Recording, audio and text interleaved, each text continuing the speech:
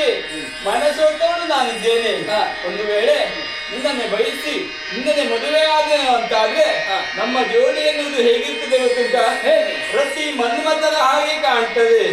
ಹಾಗಾಗಿ ಮದುವೆ ಆಗ್ತೇನೆ ನನ್ನ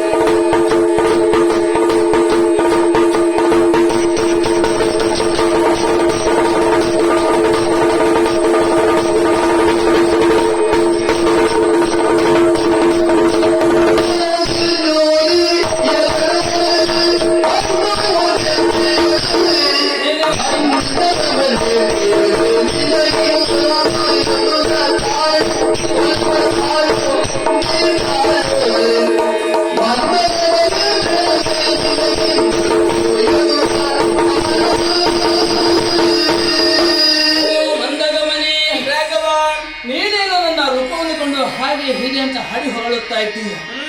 ಮತ್ತು ಹಲವಾರು ರೀತಿಯಲ್ಲಿ ವರ್ಣನೆಯೂ ಕೂಡ ಮಾಡ್ತಾ ಇದ್ದೀಯ. ಹೌದು, ನಿನ್ನನ್ನು ಮದುವೆ ಆಗುವೆಂದು ಹಾಗೆ ಕೇಳಿಕೊಳ್ತಾ ಇದ್ದೀಯ. ಆಗಬಹುದಿತ್ತು, ಆದ್ರೆ ನೀವು ಬರುವುದಕ್ಕೆ ಸ್ವಲ್ಪ ವಿಳಂಬವಾಗಿ ಹೋಯಿತು. ಯಾಕೆ ಕೇಳು? ಯಾಕೆ? ಮೊದಲೊಂದು ಮದುವೆ ಆಗಿದವನಿದ್ದೇನೆ. ಸಣ್ಣವಳು ಸೀತೆ ಎನ್ನುವಂತಹ ತರುಣಿಯನ್ನು ನಾನು ಮದುವೆ ಆಗಿದವನಿದ್ದೇನೆ. ಹೌದಾ? ಆದ್ದರಿಂದ ಹೇಳ್ತಾ ಇದ್ದೇನೆ, ಇನ್ನೊಂದು ಮದುವೆ ಆಗ್ಬೋದಲ್ಲ? ಆಗಬಹುದಿತ್ತು, ಆದ್ರೆ ಏನು, ಒಂದು ಚೂರಿ 2.5 ಅಂದವೇ. ಹೌದಾ? ಆಗಲಿಕ್ಕಿಲ್ಲ. ನಾವು ನಡೆದುಕೊಂಡು ಬಂದಂತಹ ರೀತಿ ನೀತಿ ಹೇಗೆ ಗೊತ್ತಾ? ಹೇಗೆ? ಏಕಪತ್ನಿ ವ್ರತಸ್ಥ ಎನ್ನುವ ಹಾಗೆ ನಮ್ಮ ಸೂರ್ಯವಂಶದವರ ನಿರ್ಣಯ ಒಂದು. ಆದ್ದರಿಂದ ಹೇಳ್ತಾ ಇದ್ದೇನೆ, ಖಂಡಿತ ನಿನ್ನನ್ನು ಮದುವೆ ಆಗುವುದಕ್ಕೆ ಆಗುವುದಿಲ್ಲ.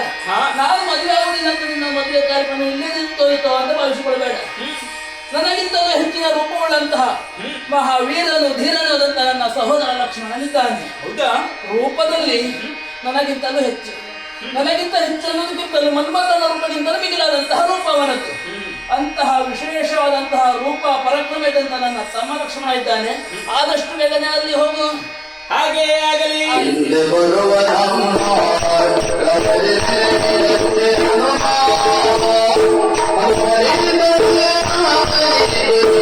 Thank you.